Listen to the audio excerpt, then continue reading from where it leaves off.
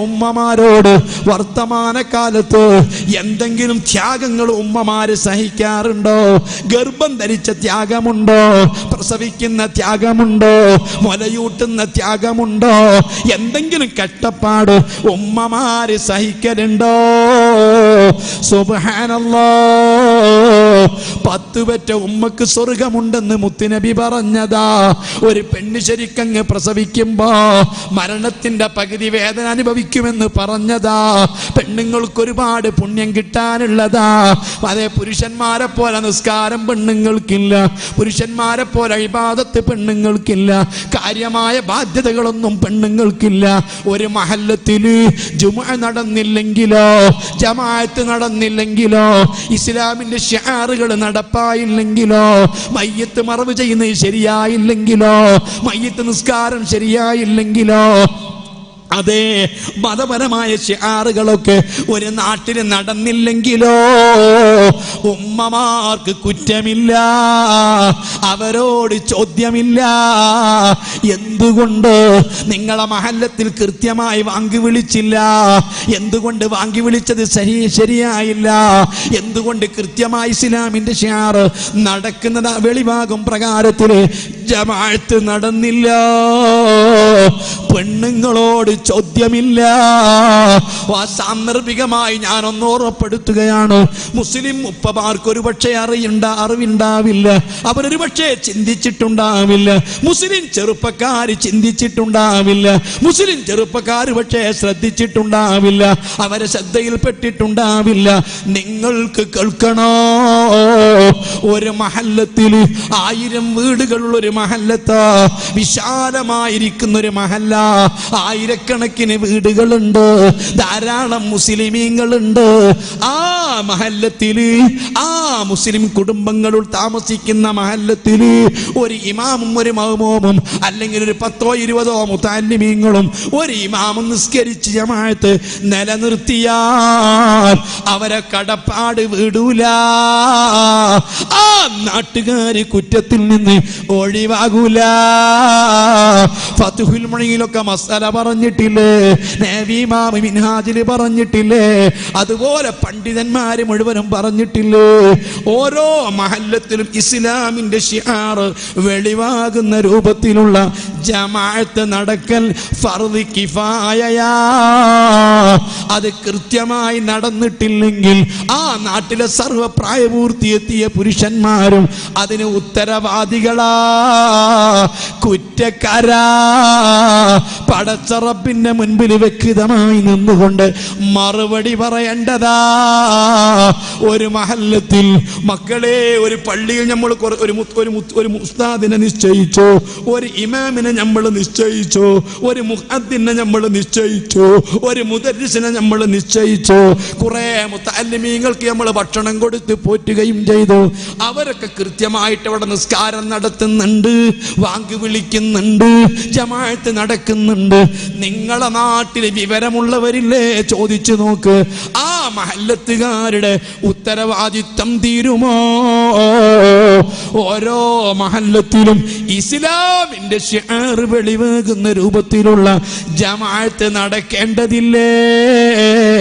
ജുമുഅ നടക്കേണ്ടതില്ലേ? സുബ്ഹാനല്ലാഹ്, ഇസ്ലാമിന്റെ ശിആർ വെളിവാകൽ എങ്ങനെയാണ്? ആയിരക്കണക്കിന് വീടുകളുള്ള ഒരു മഹല്ലാണ്.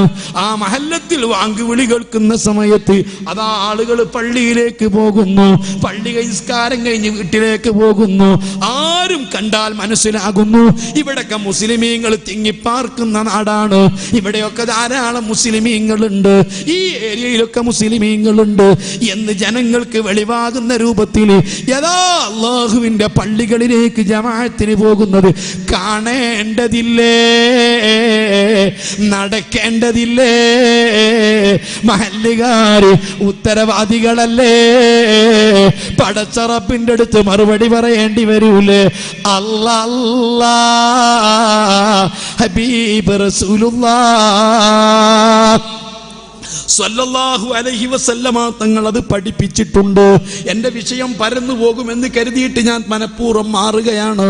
മുസ്ലിമീങ്ങളെ, അതുകൊണ്ട് അത്തരം കാര്യങ്ങളൊക്കെ ചോദ്യം ചെയ്യപ്പെടുന്നത് പുരുഷന്മാരോടാണ്. പെണ്ണുങ്ങൾക്കത് ബാധ്യതയില്ല. ഇവിടെ ജമാ നടന്നാലും പെണ്ണുങ്ങൾക്ക് കുഴപ്പമില്ല, നടന്നില്ലെങ്കിലും കുഴപ്പമില്ല, വാങ്ക് വിളിച്ചാലും കുഴപ്പമില്ല, വാങ്ക് വിളിച്ചില്ലെങ്കിലും കുഴപ്പമില്ല, പെരുന്നാൾ നിസ്കാരം നടന്നാലും കുഴപ്പമില്ല, നടന്നില്ലെങ്കിലും കുഴപ്പമില്ല. ദീനീ സ്ഥാപനങ്ങൾ ഇവിടെ ഉയർന്നാലും സ്ത്രീകൾക്ക് കുഴപ്പമില്ല, അത് ഉയർന്നില്ലെങ്കിലും സ്ത്രീകൾക്ക് കുഴപ്പമില്ല. അള്ളാഹുവിന്റെ ദീനെ കുറിച്ച് പഠിപ്പിക്കപ്പെടുന്നില്ലെങ്കിൽ പെണ്ണുങ്ങൾക്ക് കുഴപ്പമില്ല. എന്തുകൊണ്ട് പഠിപ്പിക്കപ്പെട്ടില്ല? എന്തുകൊണ്ട് ഇസ്ലാമിന്റെ പഠനങ്ങൾ നടന്നില്ല?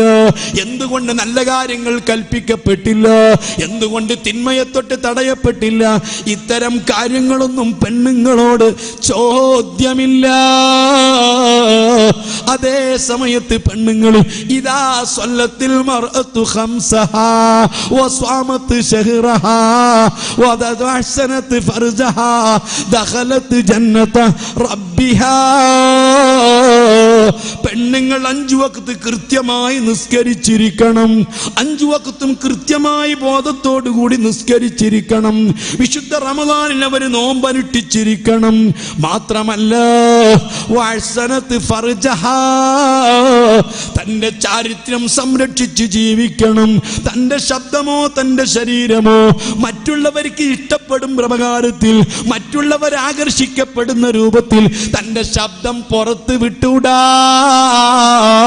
മറ്റുള്ളവർക്ക് ആസ്വദിക്കാൻ പറ്റുന്ന രൂപത്തിൽ തന്റെ മേനി കാണിച്ചൂടാ, തന്റെ ശരീരം കാണിച്ചൂടാ.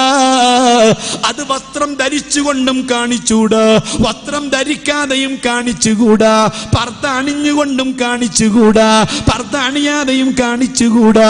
വസ്ത്രം ധരിച്ചോ ധരിച്ചില്ലേ എന്നതല്ല പ്രശ്നം. മറ്റു പുരുഷന്മാർക്ക്, അന്യപുരുഷന്മാർക്ക് ഇക്കിളിപ്പെടുത്തുന്ന രൂപത്തിൽ, അവർക്ക് രസിക്കാൻ പറ്റുന്ന രൂപത്തിൽ കണ്ടോ, അവരെ കേട്ട് കണ്ടോ. അന്യപുരുഷന്മാർക്ക് രസിക്കുന്ന രൂപത്തിൽ ഒരു പെണ്ണ് അവളെ ശരീരം പ്രദർശിപ്പിച്ചുകൂടാ. ഉമ്മമാര് തിരിച്ചറിയണം. അതാ ശരീരം മറക്കുന്ന വസ്ത്രം ധരിച്ചു എന്നതുകൊണ്ട് മാത്രം ഈ ബാധ്യതയിൽ നിന്ന്, തെറ്റിൽ നിന്ന് പെണ്ണുങ്ങൾ ഒഴിവല്ല. ശരീരം മുഴുവനായി എടുത്തു കാണിക്കുന്ന വസ്ത്രം, വണ്ണവും വലിപ്പവും എടുത്തു കാണിക്കുന്ന വസ്ത്രം, ബോഡി ഷേപ്പ് എടുത്തു കാണിക്കുന്ന രൂപത്തിലുള്ള പർദ്ദകള്, ബോഡി ഷേപ്പ് കാണിക്കുന്ന രൂപത്തിലുള്ള മാക്സികള്, ബോഡി ഷേപ്പ് എടുത്തു കാണിക്കുന്ന രൂപത്തിലുള്ള ചുരിദാറുകള്, അതുപോലത്തെ ഉടയാടകള് ഒരു പെണ്ണ് ധരിച്ച് പുറത്തിറങ്ങിയാൽ ആ പെണ്ണ് പടച്ച റബ്ബിന്റെ മുൻപിൽ രക്ഷപ്പെടൂല. അവർക്ക് സ്വർഗമില്ല, സ്വർഗത്തിന്റെ പരിമളമില്ല. ഹബീബ് മുത്തു റസൂല് പഠിപ്പിച്ചിട്ടുള്ളതാണ്. അതുകൊണ്ടൊരു പെണ്ണതെല്ലാം സംരക്ഷിച്ച് ജീവിച്ചിരിക്കണം. പോരാ, തന്റെ ഭർത്താവിന് വഴിപ്പെട്ടുകൊണ്ട് ജീവിക്കണം. ഭർത്താവിന് വഴിപ്പെട്ടുകൊണ്ട് ശറയിന് വിരുദ്ധമല്ലാത്ത കാര്യങ്ങൾ തന്റെ ഭർത്താവ് തന്നോട് നിർദ്ദേശിക്കുന്ന സമയത്ത് അതനുസരിച്ച് ജീവിച്ചേ പറ്റൂ. നിസ്കരിക്കണ്ട, സുന്നത്ത് നിസ്കരിക്കരുതെന്ന് ഭർത്താവ് പറഞ്ഞു കഴിഞ്ഞാൽ, സുന്നത്ത് നോമ്പെടുക്കണ്ടെന്ന് ഭർത്താവ് പറഞ്ഞു കഴിഞ്ഞാൽ, സുന്നത്തായിരിക്കുന്ന ഹജ്ജിന് പോണ്ടാന്ന് ഭർത്താവ് പറഞ്ഞു കഴിഞ്ഞാൽ, ഉംറക്ക് പോണ്ടാന്ന് ഭർത്താവ് പറഞ്ഞു കഴിഞ്ഞാൽ, സുന്നത്തായ ഇൽമ് പഠിക്കാൻ പുറത്ത് പോകണ്ടെന്ന് പറഞ്ഞു കഴിഞ്ഞാൽ, ഒരു പെണ്ണിനെ സംബന്ധിച്ചോട് മുസ്ലിം പെണ്ണുങ്ങളെ പഠിച്ചു വെച്ചോ. വിവരമുള്ളവരോട് ചോദിച്ചു നോക്ക്. അല്ലാ, സുന്നത്തായ ഇൽമാണ് പറയുന്നത്. ചരിത്രം കേൾക്കാനാണ് പോകുന്നത്, ദിക്ർ കേൾക്കാനാണ് പോകുന്നത്, പ്രാർത്ഥനയ്ക്ക് പങ്കെടുക്കാനാണ് പോകുന്നത്, സിയാറത്തിനാണ് പോകുന്നത്. പക്ഷേ തന്റെ ഭർത്താവ് പറഞ്ഞു പോകണ്ട. ഒരു പെണ്ണ് പുറത്തിറങ്ങിക്കൂടാ. പെണ്ണെ ഞാൻ നിന്നോട് ചോദിക്കുന്നു, പെങ്ങളെ ഞാൻ നിന്നോട് ചോദിക്കുന്നു, എന്തിനാ നീ ദിക്ർ ചെല്ലാൻ പോകുന്നത്? എന്തിനാ എന്തിനാ നീ സലാത്ത് ചെല്ലാൻ പോകുന്നത്? എന്തിനാ നീ ഉംറ ചെയ്യാൻ പോകുന്നത്? എന്തിനാ നീ സിയാറത്തിന് പോകുന്നത്? എന്തിനാണ് ഇൽമിന്റെ സദസ്സിൽ പോകുന്നത്? പഠിക്കാനല്ലേ? പടച്ച റബ്ബിന്റെ സ്വർഗത്തിനല്ലേ? സ്വർഗം കിട്ടാനല്ലേ? ഹബീബ് പഠിപ്പിച്ചത് മറന്നു പോകണ്ട. ഇദാ സ്വല്ലത്തിൽ മർഅതു ഖംസഹാ വസ്അമത് ശഹ്റഹാ വഅതഅത് സൗജഹാ വഅഹ്സനത് ഫർജഹാ ദഖലത് ജന്നത റബ്ബിഹാ. അപ്പന് സ്വർഗത്തിലാ. അതേ സമയത്ത് ഹബീബായ മുത്തു റസൂല് പറഞ്ഞത് മറക്കരുത്. ഉമ്മമാര് മറക്കരുത്, സഹോദരിമാര് മറക്കരുത്. അതേ റസൂലുള്ളാഹി സ്വല്ലല്ലാഹു അലൈഹി വസല്ലമ സ്ത്രീകളെ സംബന്ധിച്ച് പറയുകയാണ്, ഹാമിലത്തുൻ, പെണ്ണുങ്ങൾ വളരെ പാവങ്ങളാണ്. അവരല്ലേ കുഞ്ഞുങ്ങളെ ഗർഭം ധരിക്കുന്നത്, അവരല്ലേ നൊന്ത് പ്രസവിക്കുന്നത്. അവരെത്ര പാവങ്ങളാണ്. കാനിതാത്തുൻ, ഭർത്താക്കന്മാർക്ക് വഴിപ്പെട്ട് ജീവിക്കുന്നവരാ, ഭർത്താക്കന്മാർക്ക് ഖിദ്മ ചെയ്യുന്നവരാ, 24 മണിക്കൂറും ഖിദ്മ ചെയ്യുന്നവരാ, എത്ര ഖിദ്മ ചെയ്താലും മതിയാകാത്തവരാണ്. അങ്ങനത്തെ പെണ്ണുങ്ങൾ പാവങ്ങളാണ്.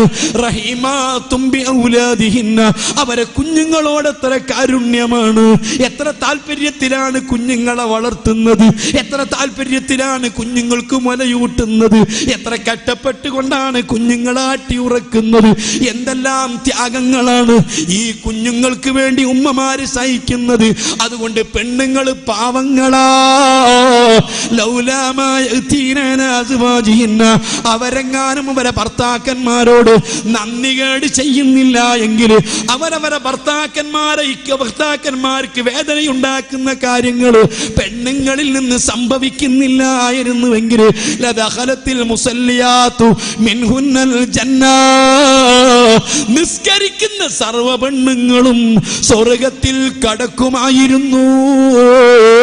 നിസ്കരിക്കുന്ന പെണ്ണുങ്ങൾ സ്വർഗത്തിൽ കടക്കാത്തത് അതിന് കാരണം എന്താ?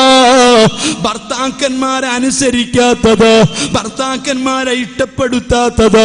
അതേ സമയത്തും ഓ മുഅ്മിനാത്തുകളെ, നിങ്ങൾക്ക് ബാധ്യത വളരെ കുറവാണ്, നിങ്ങൾക്ക് ഉത്തരവാദിത്തങ്ങൾ കുറവാണ്, നിങ്ങൾക്ക് ഇബാദത്തുകൾ കുറവാണ്, നിങ്ങൾക്ക് ശറഈന്റെ കീർത്തനങ്ങൾ കുറവാണ്. ഇമാം ഫഖറുദ്ദീൻ റാസി തങ്ങൾ തന്റെ തഫ്സീറിൽ ഇത് രേഖപ്പെടുത്തിയതാ.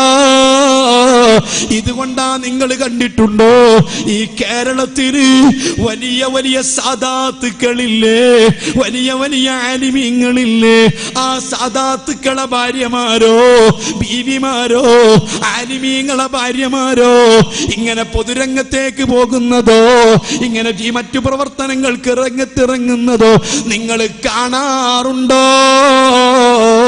അവരിങ്ങനെ ദിക്റിന് പോകുന്നുണ്ടോ? അവരിങ്ങനെ സലാത്തിന് പോകുന്നുണ്ടോ? അതൊന്നും പോകണ്ടെന്നല്ല ഞാൻ പറഞ്ഞതിന്റെ അർത്ഥം. അതേ, ഭർത്താക്കന്മാർക്ക് അനുസരിക്കാത്ത നിർബന്ധമായ കാര്യങ്ങൾ അല്ലാത്ത സർവ്വകാര്യങ്ങളും ഭർത്താക്കന്മാരോട് ചോദിച്ച് അവർക്ക് വഴിപ്പെട്ട് ജീവിക്കലാണ് ഭാര്യമാരെ കടമ കേട്ടോ. സ്വർഗത്തിനാണോ റബ്ബിന്റെ പൊരുത്തത്തിനാണോ? അതാണ് ചെയ്യേണ്ടത് കേട്ടോ.